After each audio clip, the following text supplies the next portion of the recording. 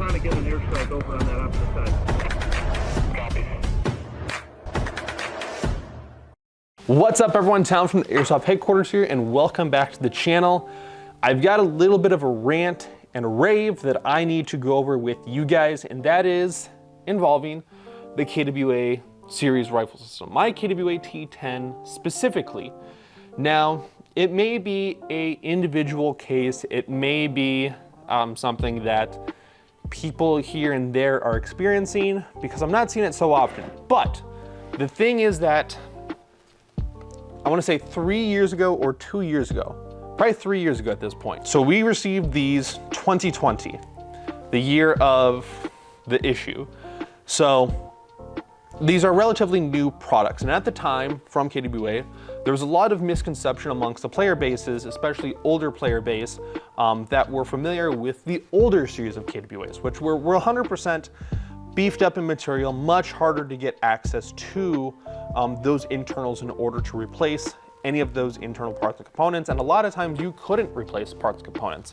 So when the T10s came out, which I wanted to add to my collection as one of the newer KWA rifles, I used the gearbox that was in there, which this is not the original one, but I used it as a test bed for what could be replaced inside of the T10 gearbox. And as you can see here, the Gate series of MOSFET systems, the Titan specifically, does fit inside there. The Aster does not work inside of here for whatever reason. So if you did want to do an electronic series system, the Gate Titan would be the only drop-in system that you could install. Now, KWA did do a limited edition series, which that one was grayscale, came with a couple of additional accessories, high-speed internal build, and already had a Gate Titan pre-installed inside of it. Really cool setup, but I had allocated my funds for the basic model and not the special edition. Even though the people that we have sold the special editions to have had an abundance of success with. Now, when I took the Gate Titan and installed it in here, I also took the liberty of installing a couple of additional parts and components inside of the gearbox. Not so much to make it like a super Gucci build, but to like, hey, you could change these parts out.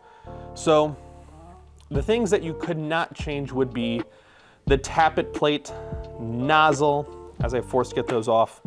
I kept the original cylinder head, but changed the cylinder out, so those two parts were mixed up. This is the original piston and piston head, which I changed out for a JG Blue and a SHS, I want to say, but I can't find those. So there's roaming somewhere around the staff. Someone picked them up and used them, because I definitely have not pulled any of my other guns apart when I took this back apart, and it's just not any of my builds. So why do I have everything in parts here? Oh, and I also had a really nice ASG 45K motor inside here at one point. But why do I have everything out, and why do I have the wires just gone from the end of my fairly expensive electronic system? Well, that is because during one incident, and I touched on this briefly in previous videos, is I took my KWA T10 down to a convention in Tennessee. I had it in a proper padded gun case. In fact, the actual gun case that I used was this guy. I took the Wolverine MTW out, took all of the MTW accessories out, used this padded big case, and I carried this and transported this rifle down inside there with all of the really nice internals at the time. And it was a 98% humidity down in Tennessee. Now, I plugged the battery in and I immediately got a issue, a warning, some type of notification, and plugged it into my laptop here, which I have hooked up to my MP5. Which is right here, so I can double check what's going on here. And I was bombarded with a bunch of weird issues. So like everyone naturally does, I just cleared the issues out. I'm like, well, something's just not right. I'm gonna dry this out, I'm gonna let it air out, clear the issues, plug the battery back in, and I'm hit with a bunch of errors again. Errors such as my trigger is being pulled when I plug the battery in, which is something that I am not doing when I plug the battery in. And it was a consistent issue even when I took the gearbox all the way back apart, did everything, I cleaned, dusted everything off, made sure everything was back and perfect and right where it needed to be, and still the issues remained. So at that point, I had spent too much time getting everything apart, putting it back together, taking it apart, putting it back together, taking it apart, putting it back together, and I was just done with it, right? So I just contacted KWA rep and I said, hey, can you just please send me the original gearbox, please? I'm not having a good time with all of these really nice parts and components, which this is the Gate Titan that had the advanced or expert. I can't remember if I purchased the advanced and made my way up to the expert or if I just kept it at advanced. Either way, this one was 160 bucks. I don't know exactly what the ASG 45K was going for, but that was not cheap at all. We can double check that. A full cylinder, those are inexpensive. The JG Blue pistons and the SHS piston head. Oh, and the inner barrel is S-hopped. Do I have, well, I definitely don't have a max model hop-up unit. Do I have a stainless steel inner barrel in this one? Let's find out. That looks like a stainless steel inner barrel. So at some point I S-hopped a steel inner barrel and now it's jamming up. So this was, all of the upgraded parts are just breaking on me. So this is the point where I called my KWA rep, got a brand new OEM gearbox, dropped it back inside of here. It's working flawlessly. And now I'm at the point where I'm gonna take this apart, rip the S-hop out of there and just go back to the original hop-up unit because it's just failing on me. And pretty much the long end of the entire story is just run your guns for what they are. These KWA guns are very, very, very expensive. They are designed to work and operate under very stressful conditions. I will play you a clip of me underhand throwing my T10 here when it was still fairly brand new, and I'm throwing it underhand and it's just tanking it. These things are monsters. Essentially, the moral of the story is, like, have these guns designed to be the proper application, right? These are not proper Tokyo Marui spec of guns, so don't try to treat them like they are like a super advanced testbed F1 car that you can just dump money and parts and components into to try to get advanced high-end performance, because at some point something's gonna go bad and then everything fails after that. So just use it, get used to it, enjoy the performance you get. As soon as I drop the OEM gearbox, and I'm talking OEM, I'm talking basic bitch parts and components back inside here. You can see that this is the original ported cylinder. You can see that that is the black colored OEM piston. Like, this thing's back to square one, essentially.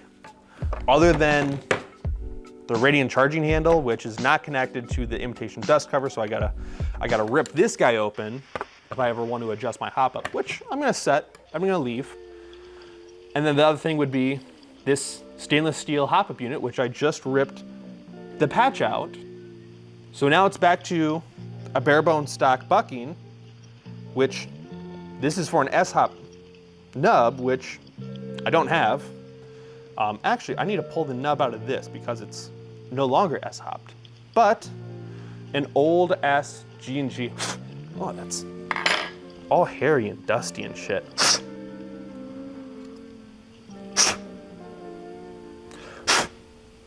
Well, that's most of the hair off.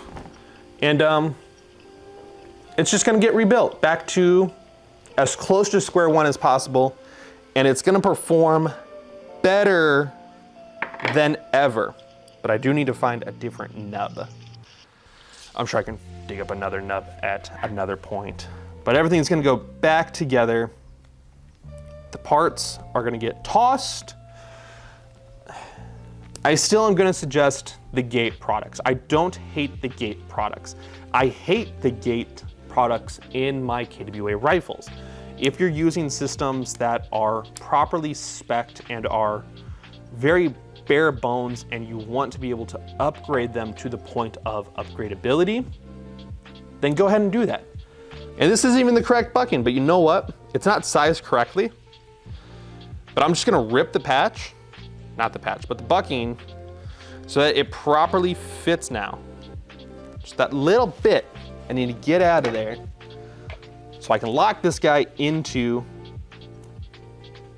the hop-up window here. Yeah, but I don't hate Gate for the bad performance I was getting from their product. I am blaming the high humidity weather of Tennessee for messing up the electronics like that. How dare they mess me up like that? Never gonna go to Tennessee again, which is a lie. I'm totally gonna go back to Tennessee. It was really fun. But I'm never gonna take my really nice gun builds down there ever again at 98% humidity. And you know what backs up that humidity factor? Going down to Georgia and playing at a Operation Iron Fury and having my tanks and line just filled with water and just watching water just spray out of my inner barrel and just messing my BB projection up because everything's just so waterlogged due to the condensation buildup of different pressures and gases and shit. You know what system wasn't getting fucked around with? Battery powered systems. For some reason, they just performed really, really well. And you know what's no longer gonna have the really high-end electronics to get messed up? The T10, which is what I should have taken down in the first place. And before you say, oh, Italian, you should always have an electric backup. I did have an electric backup. You know what I took though? My MCX, which has a Gate Titan in there as well. It has a front wired system. So I need, on that build, I'm gonna keep the front wired system because the whole battery compartment thing, I'm gonna keep that one in there. I'm just gonna keep it like, let's see how long it takes before that guy messes up. We'll use that guy as a test bed and see what fails at what point. Maybe it's weather related again. And then I have this guy, this MP5 here, which I just plugged in and was like, oh, here's another batch of issues. Oh my God. Maybe I will go back and pull the electronics out of this guy. This guy is not a Titan though. This guy has a Gate Aster, and this also has had a Gate Aster in it for 2 years, 2.5 years. And while I do like the performance, I do like having the ability to look at what's going on under the hood. I don't think it's really worth it. The biggest thing for me with this guy is there is so much trigger pull going on here that because you can set it at any point, you just have to know when the shot occurs, and then you have to know when the reset is, versus having an electronic system where you have all the way back is where the trigger contacts meet, and that completes the circuit, and you know right there's shot, right there's the reset. Shot, reset, shot, reset, shot, reset. And that's all based on spring tension and spring release. Very much mechanically based, like a real firearm trigger. Versus this guy, it's just anywhere in there. Anywhere in there it's gonna shoot. It's like when you go into your bedroom at night after you're done playing video games and you need to walk into the dark room and flip the light switch on. do you look at the light switch in order to turn it on, or do you just know that it's there? And you know that it's turned on because you get the click effect. That's essentially the exact same thing as to what's going on here versus this guy. You walk into the bathroom at work and you gotta wave your hand in front of the sensor, and then it takes a half second or it doesn't recognize the hand wave. So you gotta turn back and you gotta do the double arm wave and wait for it to turn on. Not nearly as reliable of a system, in my opinion. Really cool features, a little more money, but in my experience, also very sensitive to the climate and the circumstances of the event. And if we're playing outdoors, especially up here in the northern states of Wisconsin, where we get huge temperature fluctuations, definitely not running the MCX in too cold or too wet of weather. Especially when this guy failed when it was humid, but not raining. Oh, by the way, it failed when I was in a enclosed convention space, not when I was outside. So that wasn't cool either. So essentially, long fucking rant, but I'm hoping that I feel better at the end of this, is with the KWA systems or with the Avalon systems, I am now regretting installing the gate systems into these guns specifically. They, out of the box, are going to be very, very high-end performers, and I very much enjoyed the original performance I was getting out of the box with them. Case in point, here's the remaining electronics of the gate that was inside here, and I went back to the original manufactured gearbox. This is the only one that has any other type of additional electronics, and I'm not a huge fan. MCX, only other thing that has an electronics as well. Again, not a huge fan, but again, battery, space, location, that's something that I gotta keep there. So there's a reason for each one. But at some point, this is gonna go back to the original VFC Avalon internal system. I promise you that. At some point it will. I just don't know when. So there's a time and a place at which you can get really, really good high-end performance from these electronics. It is up to you and based on the situation and where you intend on playing as to why you would need to install that system. For me, I play outdoors where it gets super wet, super cold, and then very quickly super dry and super hot. There's very wide fluctuations where these electronics cannot operate within those conditions. Thus, within my collection, these guys don't have a place. Now, I still have them installed, but sparingly. So, those are my reactions, those are my experiences. Do plenty of additional research. I've ranted about the things that I've experienced. We're still gonna carry the Gate products. Again, situation depending. Maybe you guys just really like the name brand. Maybe you guys have a reason for installing them. We're still gonna have them. They still do really well. But I just need to show you guys, this is a great performer without the shit that was on there. And I took more shit out of it. But that's all I have for you guys. If you do have any further questions about the Gate products or my experiences with the KWA series here, then put them down in the comment section below. I'm kind of the KWA aficionado in the Midwest/Wisconsin state, so hit me up. I also try to bring in as much KWA product as possible. So if you're looking for a KWA product, check us out in the link below. That's all I have for you guys. So, you guys take care, stay safe, stay positive, and I'm gonna throw these in the trash. Take care. A really reliable truck. I can't remember at the top of my head, but it wasn't the one I was thinking of, but Silverados do tend to be more reliable. You don't gotta mess with them nearly as much. But like, would you take your Silverado and try to build it up to an F1